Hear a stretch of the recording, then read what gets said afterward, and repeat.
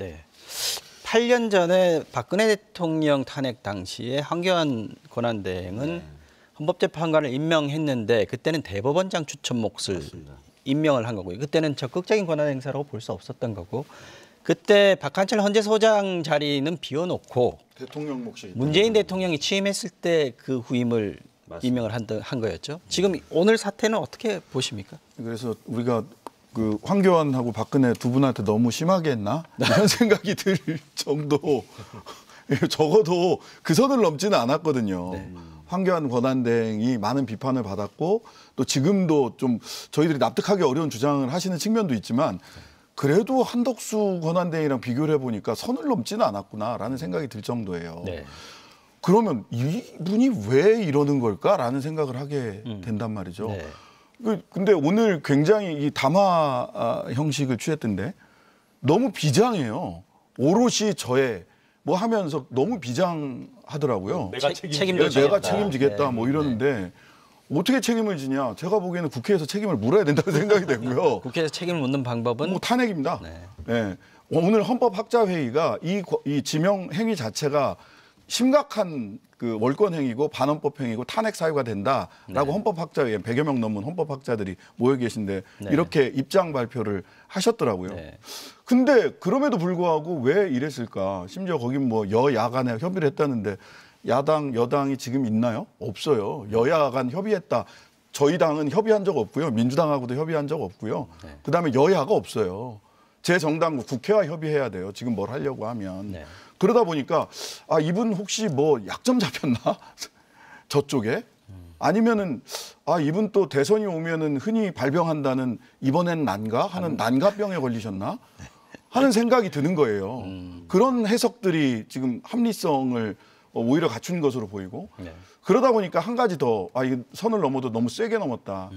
근데 이분에게 이번 대선 선거 관리 맡겨도 되나? 라는 의구심을 굉장히 크게 갖게 됐어요. 그 아까부터 뭐 제가 굳이 말할 필요 없을 정도로 제 말씀들을 다 네. 대신해서 해주고 계셔서 저도 뭐 보태기가 좀 어려운데 아까 민주당의 대응이 궁금하긴 합니다. 예, 어떻게 할지. 황교안 권한대행 얘기가 잠깐 나와서 그런데 황교안 대행이 대행 시절에 국회에 출석해서 대통령목 헌재재판관 임명에 대한 질의를 받았을 때 본인 스스로 이렇게 얘기합니다. 권한대행의 권한의 범위에 대해서 논란이 많습니다. 라고 얘기하면서 안 해요. 네. 대통령목을 임명 안 합니다. 네. 잘 보여준 거죠. 어떻게 보면은 대행으로서의 태도를 그 부분에 있어서는 적어도. 근데 아까 말씀하셨던 것처럼 황교안 대행조차도 안 했던 일을 과감하게 하고 있는 것이고 또 여러 가지 문제점을 지금 지적해 주셨지만 하나 더 지적하고 싶은 거는 사실 윤석열 정부가 처음 들어섰을 때부터 네. 법조계에 파다했던 소문이 있습니다. 어떤 거죠? 이왕규라는 윤석열의 절친이 아마 헌재 재판관이 될 것이다. 아, 그리고 헌재 소장까지 될 것이다. 라는 소문이 파다했습니다. 그러니까 저는 오늘 그 지명이 됐다는 소식을 듣고 그 기억을 떠올리면서 아, 여전히 윤석열이 영향력을 강하게 행사하고 있구나. 네. 탄핵된 게 아니구나. 이런 느낌을 받을 수밖에 없었습니다. 그래서 내용적으로, 절차적으로, 또 권한적으로도 문제 있고 여러 가지 문제가 있지만 저는 오늘 있었던 일은 여전히 윤석열은 영향력을 행사하고 있고 한덕수 대행은 그 영향력 하에 있다. 과연 이 사람에게 대선의 관리를 맡기면서 공정한 관리라는 걸 우리가 기대할 수 있는가. 탄핵밖에 답이 없을 것 같다. 이런 생각을 저도 개인적으로 했었습니다. 권한쟁의 가처분 신청, 뭐 효력 정지 가처분 신청 이런 것도 지금 내나요? 지금 뭐 민주당 차원에서의 그 권한쟁의와 가처분 네. 오늘 들어간 것으로 알고 있고요. 국회 차원에서도 뭐 권한쟁의라든지 관련된 가처분 고민하고 있는 것으로 알고 있습니다. 지금 우인식 의장 같은 경우에 오늘 이게 지명 철회를 건의를 하면서 인사청문회 요청안 자체를 접수하지 않겠다. 지금 이렇게 얘기하고 있거든요. 18일이 지금 4월 18일이 두 분의 헌법재판관이 퇴임하는 날인데 그 전에 이제 인사청문회 요청안을 아마 국회로 보내지 않겠습니까? 그러면 이걸 거부할 수 있는 방법이 안 받겠다 그러면 안 받아지는 겁니까?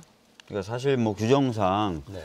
인사청문회를 저희가 안 할 수는 있습니다. 우리가 국회가 안 할 수는 있는데 안 한다고 그럼 임명을 막을 수 있느냐?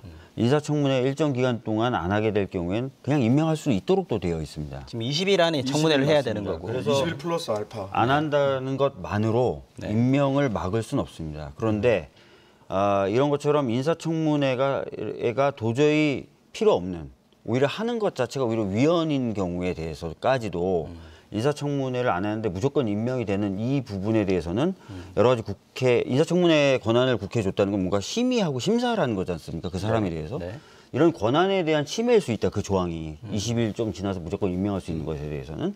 그래서 오히려 그런 부분에 대해서 문제 제기를 하면서 가처분 신청 같은 것들을 넣어서 좀 멈추게 할 수 있는 방법이 있지 않느냐, 이런 제안들을 지금 법조인들이 하고 있는 것으로 알고 있습니다. 아까 신장식 의원님 말씀하신 탄핵은 어떻습니까? 탄핵을 하게 되면 이미 지명을 했는데 그럼 절차 자체가 아예 중단이 되는 겁니까? 아니면 임명할 사람이 없어지는 건 또 아니에요. 승계를 받게 돼 있지 않습니까? 다음 어떻게 되나요? 권한대행이 지명을 철회하면 되죠.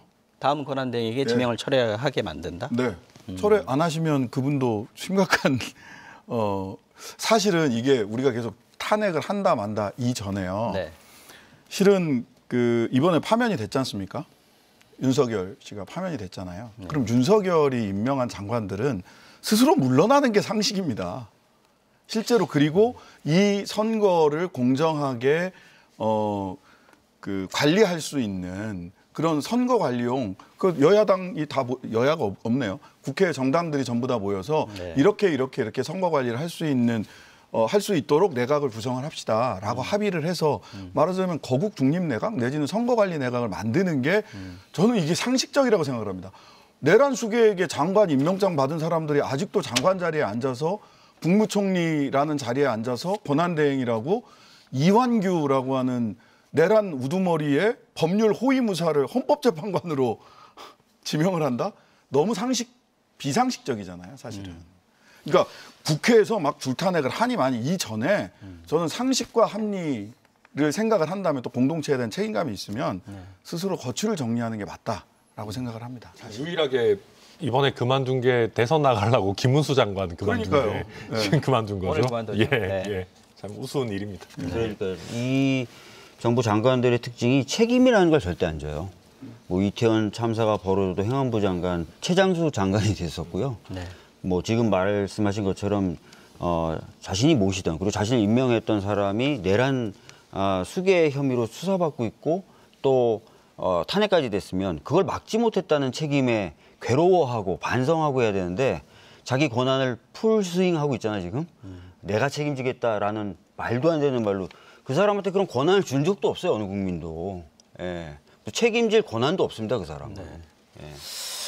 자, 여기까지 얘기를 하고요. 어쨌든 지금 이게 이완규 법제처장 말씀도 하셨지만 이른바 내란 당시 전후해서 사인 회동도 가졌고 휴대폰도 없앴고 이런 관여했던 의심을 받고 있는 사람이 헌법재판관에 지명이 되는 상황까지 왔는데 그러다 보니까 이거 진짜 안 끝난 건가?